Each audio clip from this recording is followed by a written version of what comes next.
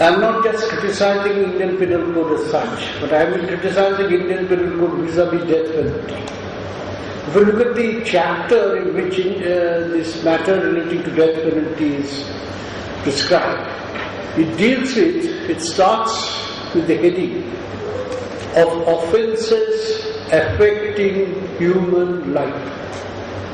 Kindly ponder over these words of offences affecting human life, human body, of offences affecting human body. It only deals with the offences. Then prior to that, there is a chapter called of offences affecting property. So human body and property are virtually equated. The difference between human beings and property was rather blurred in those days. It does not at all deal with the offender. It only deals with the offence. That is the basic structure of that law under which we are still covered.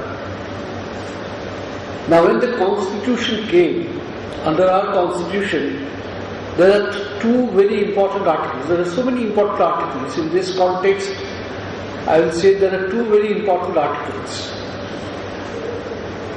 One is Article 372 of the Constitution, which says that all the existing laws shall continue. Because when the Constitution came, that is just 90 years after IPC. IPC was in 1860, Constitution came in 1950. It says that when the Constitution came, all the laws which are continuing will continue. But they must continue in a manner which is consistent with the Constitution. This is also repeated in Article 13, that all the laws must continue, and if they are not consistent with the Constitution, Part 3, to the extent of inconsistency, they are void. Therefore, this declaration of the law being void, if they are not consistent with the Constitution, has to be given by the court only. Nobody else can give the declaration. Now the question is, what is the position under the Constitution? It's a very vast subject. I'll just deal with one thing. In the preamble, which is the essence of our Constitution principles, what is the preambular values? One of the core values is the dignity of the individual. The dignity of self, the concept of personhood in our law was first introduced by the Constitution. This is a very marked difference between the pre-constitutional law and the post-constitutional. And the constitutional promise is that the pre-constitutional law can only continue provided they are consistent with the Constitution. Therefore, we have to interpret Article 3, Section 302 of the IPC in a manner which is consistent with the constitutional values. Now, while I was a judge, I could not say all these things. The reason is, a judge has to abide by certain discipline. I found that Section 302 was challenged before the Supreme Court, and in Bachchan Singh's case, the Supreme Court held that Section 302 is valid. The majority held. But I am sitting as a judge. I could not say that judgment is wrong because there is a constitutional judgment. But if you look at the Bachchan Singh's judgment, I will explain the Bachchan Singh's concept and why I say that I oppose death penalty. What are the rationale? Because Bachchan Singh's case proceeds on various considerations. One of them is that it has taken into account the Law Commission's report.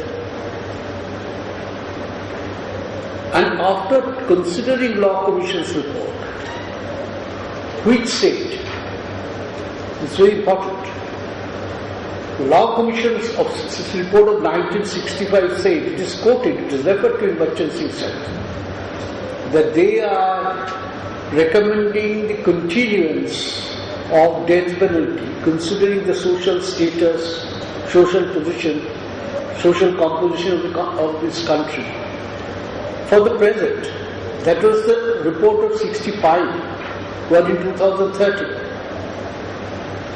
So a judgment which is based on the Law Commission report of 65, and that the report is also not final, it is tentative.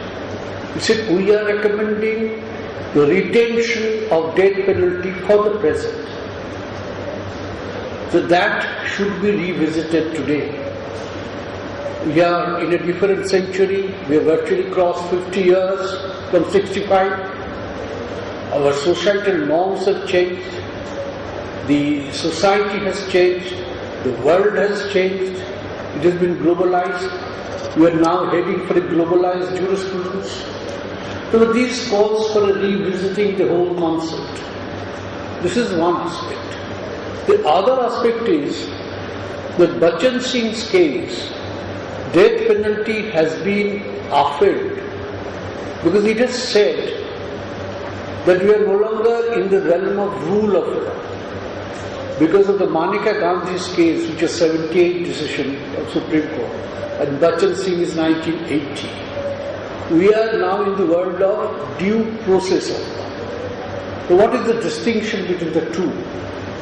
I mean, those who are familiar with constitutional law, they know it. But since the members of this august gathering is consisting of not only lawyers but social activists, may I explain the two concepts a little. The rule of law is a concept which was there in Gopalan's days. Suppose today a rule is made that everybody entering an education institution in India has to come without wearing shoes. Suppose it is said that this law is not discriminatory. Everybody entering the education institution has to come without wearing shoes because this is a place of learning. You have to show respect. This is not bad under Article 14. No favor to anybody. Everybody has to do it. But the question is that law reasonable in the present day context? The judges today, in view of the principles of due process of law, can give a declaration that even if the law is not discriminatory, such a law is not reasonable. So the judges can substitute the reason of the law by the reason of justice. If anything is unreasonable, unfair and unjust, if the judges think it to be so, they can give their own conclusion, replacing the law, saying that law is bad because of these reasons. This has been done. So this is the concept of due process. So after the Maneka Gandhi doctrine, the Supreme Court in Bachchan Singh said the due process has entered our jurisprudence. And as a result of due process, they hedged in the provision of section 302 of IPC by several riders, several safeguards. They refer to two sections of the CRPC. One is 235(2) of the CRPC and the other is 354(3) of the CRPC. 235(2) of CRPC says that whenever I have to impose a sentence, the accused has to be heard. Not only on the question of crime, but on the question of sentence, the accused has to be heard. And that hearing has to be an effective hearing. And the next question is that when a death penalty has to be awarded, the judges, the court must indicate special reasons for doing so. Now, construing these two provisions, the Supreme Court, the majority in Bachchan Singh held that this shows the maturing of our laws. We are now going towards the concept of due process. So therefore the law is becoming reasonable. You have to give reasons. And in that context, the Supreme Court introduced the idea of mitigating circumstances and aggravating circumstances, and said that while imposing death sentence, you have to make a bifurcation between the crime and the criminal. A very heinous crime might have been committed by the criminal. But question is, when you impose death sentence in him, find out whether there are any mitigating circumstances in his favor about his age, his mental trauma, his social circumstances, his family, and on the top of it, two very important questions. It has been said that the state must prove by affirmative evidence two things: that the criminal is beyond reform, and the second, that the criminal is a menace to the society. These two things have to be proved before you can impose on him the death sentence. And while weighing the Supreme Court has used the expression balance sheet. I'm not very happy with the expression balance sheet.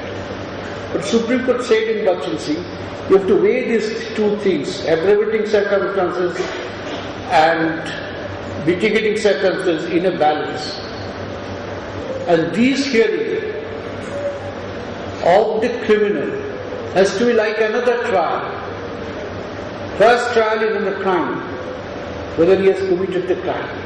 The next trial is about the punishment, about the criminal, the offender. And in this trial, which is for the Supreme Court said in the second trial, the person on whom you are going to impose death sentence has to be given an opportunity to adduce evidence. He can adduce evidence.